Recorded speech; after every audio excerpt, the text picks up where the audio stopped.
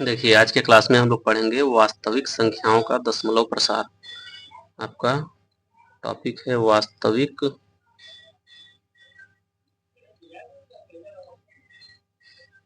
संख्याओं का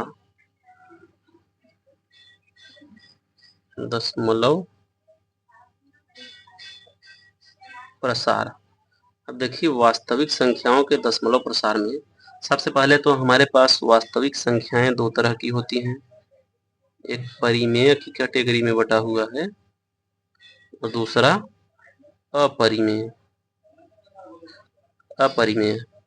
अब देखिए, परिमेय संख्या का जो दशमलव प्रसार होता है, परिमेय संख्या का दशमलव प्रसार क्या होगा कि हम किसी भी संख्या को जब किसी दूसरी संख्या से भाग देंगे तो क्या हो जाएगा, या तो पूरी तरह से कट जाएगा, शेषफल शून्य होगा, या तो शेषफल शून्य नहीं होगा।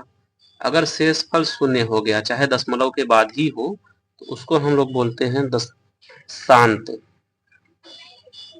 शांत दशमलव प्रसार। और अगर शेषफल शून्य नहीं होता है लेकिन संख्याएं बार बार रिपीट करने लगती हैं तो उसको बोलते हैं अशांत। इसका मतलब शांत नहीं है लेकिन आवर्ती संख्याएं रिपीट कर रही हैं। परिमेय संख्या में या तो शांत हो जाएंगी, भाग देंगे तो शेषफल शून्य आ जाएगा, चाहे दशमलव के बाद ही आए, लेकिन पूरी तरह से संख्या कटेगी तो वह शांत हो जाएगी। अब शांत के लिए चलिए हम यहाँ पे एग्जाम्पल, जैसे में 3.35 है, अगर हम इसको 10 से भाग देंगे तो पूरी तरह से कट जाएगी, 3.5 आ जाएगा, शांत हो गया। और भी बहुत सारी संख्याएं हो सकती हैं, अभी हम लोग एग्जाम्पल भी देखेंगे, क्वेश्चन लगाएंगे। अभी हमारा मेन मकसद यहाँ पे है वास्तविक संख्याओं का दशमलव प्रसार, इसको समझाना चाहते हैं। अब शांत, शेषफल शून्य हो गया तो शांत। शेषफल अगर शून्य नहीं हुआ तो क्या होंगी, अशांत। अशांत अशांत होंगी, लेकिन संख्याएं बार बार रिपीट करने लग जाएंगी, बार बार रिपीट करने लग जाएंगी। अशांत लेकिन आवर्ती। आवर्ती माने होता है रिपीट, किसी चीज का बार बार पुनरावृत्ति की बार बार आ रही है। तो इस तरह की संख्या जैसे 1/3 है, अगर एक को आप 3 से भाग देंगे तो आएगा 1.333। ऐसे आप जितनी बार भाग देते चले जाएंगे, यही आपका रिपीट होता रहेगा। तो यह क्या है, शांत नहीं है, इसलिए अशांत है लेकिन आवर्ती है। तो इस तरीके से परिमेय संख्याओं का दशमलव प्रसार में दो कंडीशन बनता है, या तो पूरी तरह से शांत हो जाएगी या तो अशांत लेकिन आवर्ती। और अपरिमेय संख्या की बात कर लेते हैं। अपरिमेय संख्या में न तो शांत होगा,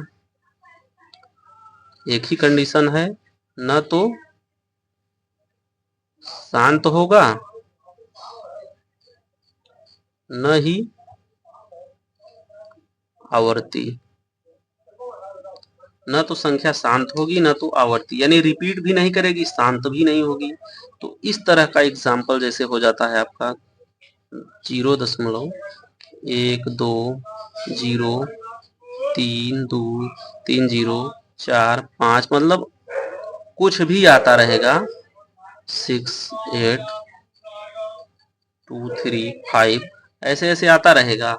आप जितनी बार भाग देते चले जाएंगे तो भागफल में कुछ भी आता रहेगा, शेषफल में कुछ भी आता रहेगा, न तो शांत होगा पूरी तरह से, न तो उसका शेषफल शून्य होगा, और न ही संख्याएं रिपीट करेंगी। तो वह किसकी श्रेणी में आएगा, अपरिमेय की श्रेणी में। तो वास्तविक संख्याओं का दशमलव प्रसार कुछ इसी तरीके से होता है। जैसे हम देख, अपरिमेय संख्या में हम √2 का मान लिखेंगे और पाई का मान लिखेंगे। क्योंकि याद करना तो पॉसिबल किसी के लिए नहीं है और जरूरी भी नहीं है, तो समझने के लिए हम लिखते हैं, फिर आपको दिखाएंगे। जैसे देखिए, √2 का मान जो होता है, अगर इसका वर्गमूल आप निकालेंगे तो इतना बड़ा मान आएगा। और लास्ट में देख रहे हैं डॉट डॉट का मतलब कि अभी खत्म भी नहीं हुआ है, और न तो रिपीट ही कर रही हैं संख्याएं, बार बार कुछ उसका टर्म बदलते जा रहा है। उसी तरीके से पाई का मान भी देखिए, इतना बड़ा मान है। तो इतना बड़ा मान है, इसको निकाल पाना, तो इसको मान लिया गया है। तो इसीलिए पाई की जो वैल्यू 22/7 लिखी जाती है, या 22/7 इस पाई का मान, यह नियरेस्ट मान है। एग्जैक्ट मान नहीं है। जब पाई बटे 22/7 लिखा रहता है तो यह प्रमेय संख्या कहलाती है, परिमेय संख्या कहलाती है, लेकिन वही जब पाई के रूप में रहता है तो अपरिमेय संख्या कहलाती है। तो यह इसका एग्जैक्ट मान कभी नहीं हो सकता, यह माना हुआ मान है। तो 22/7 आपका इसीलिए परिमेय में रखा जाता है और पाई को अपरिमेय में रखा जाता है। तो यह रहा दशमलव प्रसार, ऐसे होता है। अभी हम लोग कुछ एग्जाम्पल्स को सॉल्व करेंगे। तो बस इस वीडियो में इतना ही रहने देते हैं, अगले वीडियो में हम लोग मिलेंगे सवालों के साथ। Take care, bye.